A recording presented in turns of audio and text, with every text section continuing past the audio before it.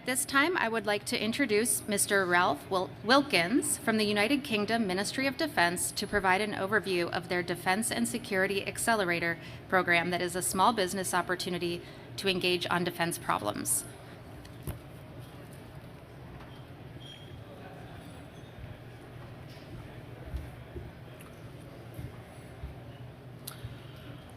Hello there.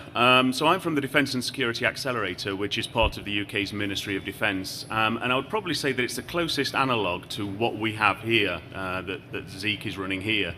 And as it says on the slide there, our primary motivation is to try and find innovation from whatever source it comes from industry, academia, from small companies, startup companies, all the way through to defence primes. Our main reason being that we recognise that we aren't very good in government at being able to accelerate the adoption of innovations.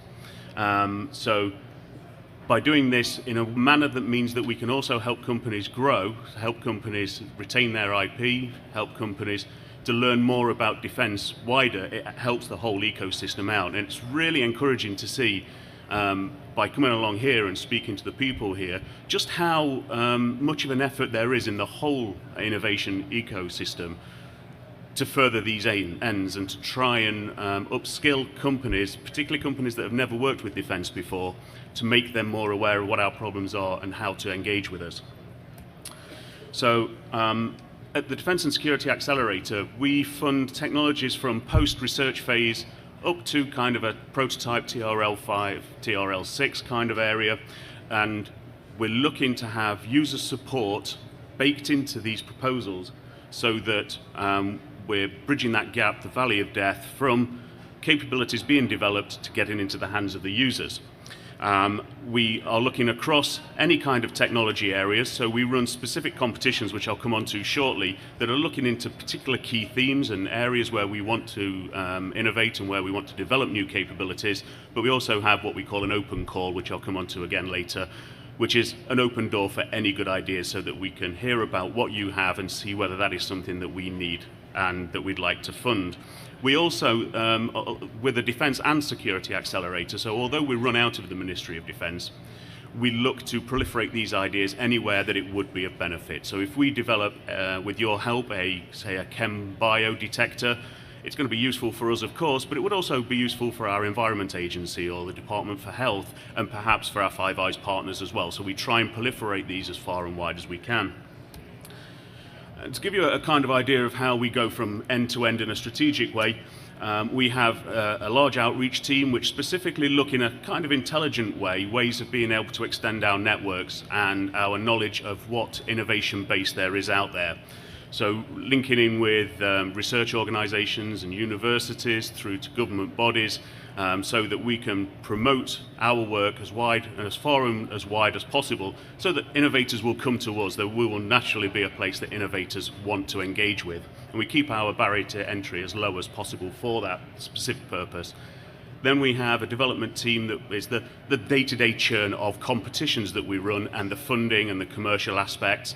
And of course we assign technical partners to anybody that is successful in bidding into the DASA process, which means that you have somebody within defence that can always be on the end of a phone, that you can sound out ideas with, that you can develop new areas where it may be useful in defence and wider government, but also for getting new contacts within government too.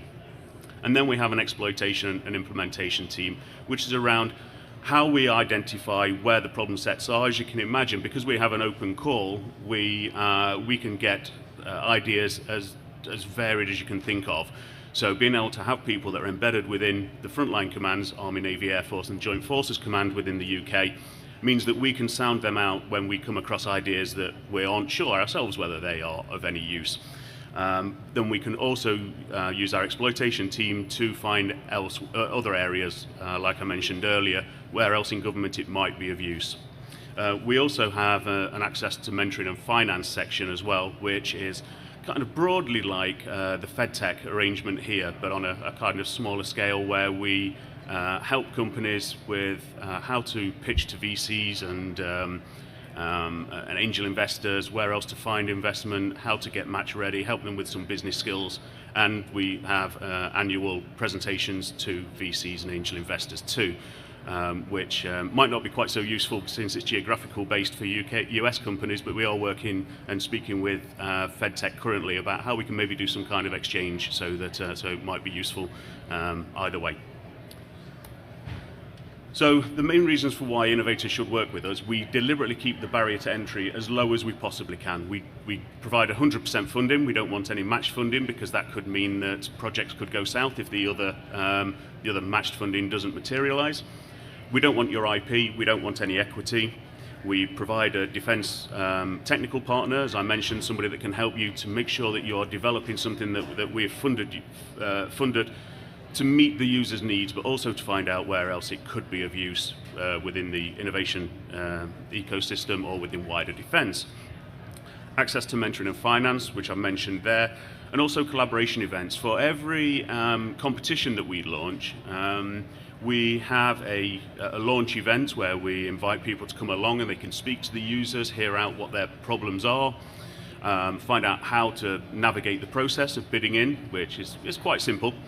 And also to try and encourage collaborations between companies. So this is something that we find that companies really like, whether it's the large companies being able to speak to their lifeblood of innovation, the smaller companies, or whether it's the smaller companies getting to network and make contacts with people like BAE or Northrop Grumman.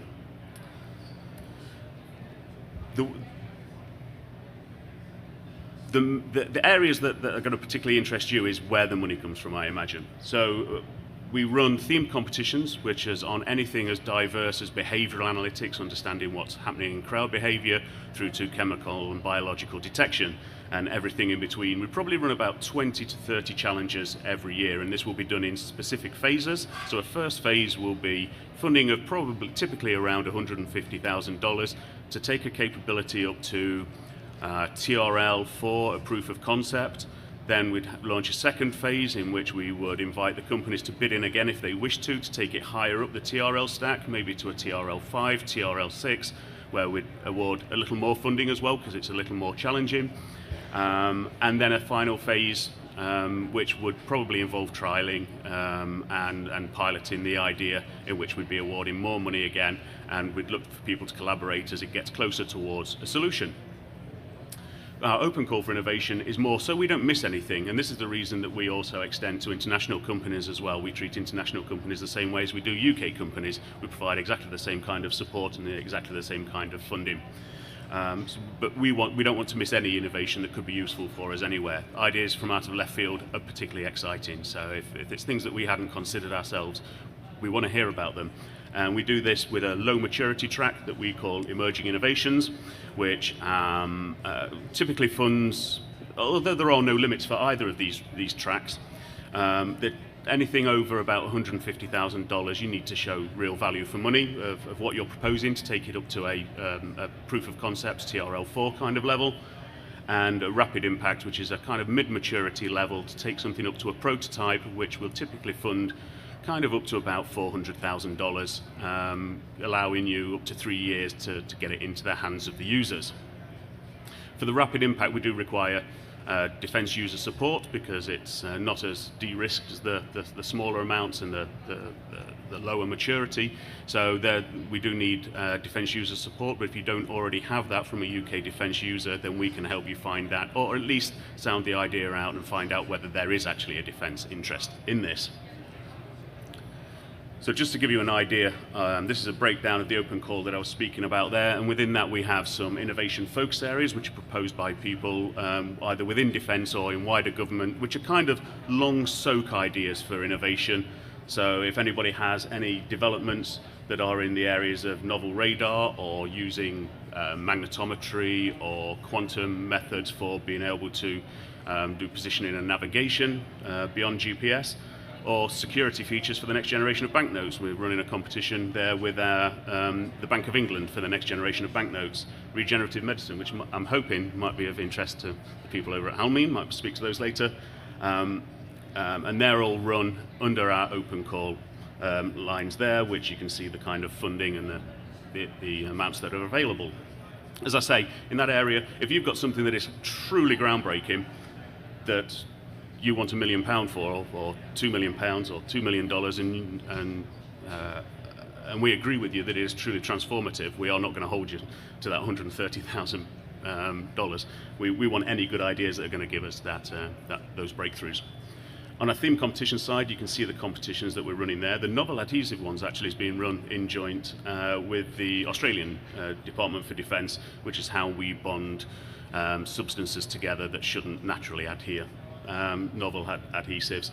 Advanced Vision is a competition that's looking into how we see further in optical and infrared wavelengths, how we detect, track objects and threats, identify threats, see through clouds, see through fog, see through haze, that kind of thing. Information Advantage we're still scoping at the moment, but that's going to be around how we make better use of the data that we have and that we collect. And rapidly deployable blast protection is around how we have small scale, compact, deployable pieces of kit that will expand, and we can attach blast protection to that so that we can use that whether there's a terrorist incident, whether it's airstrikes, whatever it might be, and also for trenches. Accessing and disabling chemical, biological munitions is exactly as it suggests, and I would suspect that it's only going to be people that have specific skills in that area that would be applying. Apologies if there are people that have skills in those areas, but I know they're very niche, so I won't go into too much detail about that. And bioprocessing waste products, this is around how we turn aviation fuel and oil into something else that we can use. More of a green agenda in that one. Everything, I should also say that when it comes to the themed competitions, these are only open for a very small, very short window. They're open for about 6 weeks to 2 months, and then we go into assessment phase of 3 months, and then we award contracts. I would advise, I'll put some details up later, but I would advise getting on our mailing list so you can see everything that we launch. As I say, we probably launch about 20 or 30 competitions a year, so there's probably going to be something that would interest you and that you might want to take part in, or at least sound us out as to whether it is something that you stand a good chance of getting funding through. We use the tried and tested method of evaluation using the desirability, feasibility and viability method, using the expertise at the Defence Science and Technology Laboratory in Porton Down in the UK. So there we have something like 4,000 scientists and engineers that should have expertise in pretty much anything you can throw at us. If they agree with you that it is worth funding, no strings attached, the application forms the contract, we provide the funding, you go away and deliver the work, keeping your technical partner in the loop on that and using them to be able to sound out future opportunities. And as luck would have it, when we first set this up, we thought that we'll be overwhelmed with defence primes because of the way that they have the systems that we operate in the main. But actually, no, it's more towards the SMEs and the micro companies, which has just been wonderful because we've been able to chart the growth of those companies as well through interactions. And I think it's around about 40% of the companies that we deal with every time tend to be companies that we've never dealt with before, so we know that we're reaching out into a wider stakeholder base.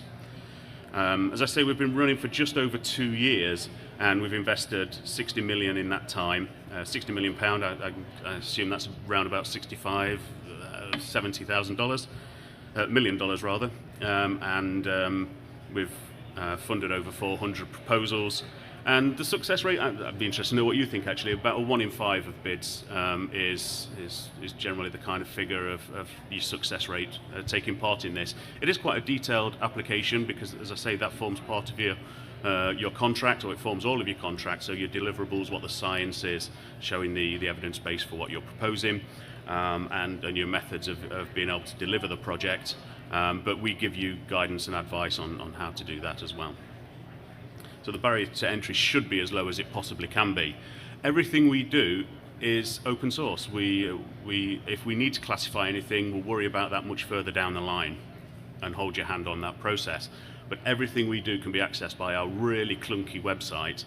So I won't give the URL out because it's a government website and it's as long as this room. So just Google DASA, D-A-S-A, and it should be one of the top searches there.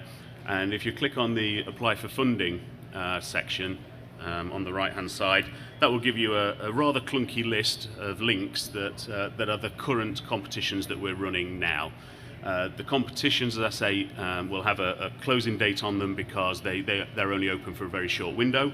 That's the accelerator in our name. And the ones that are higher up are ones that are enduring challenges under the open call. So for those, you don't have to have any end user support because we have end users that are wanting to pull in good ideas. We also have an outreach team, which the 11/12 of that will be of no use to you whatsoever, unless there are any Brits in the audience.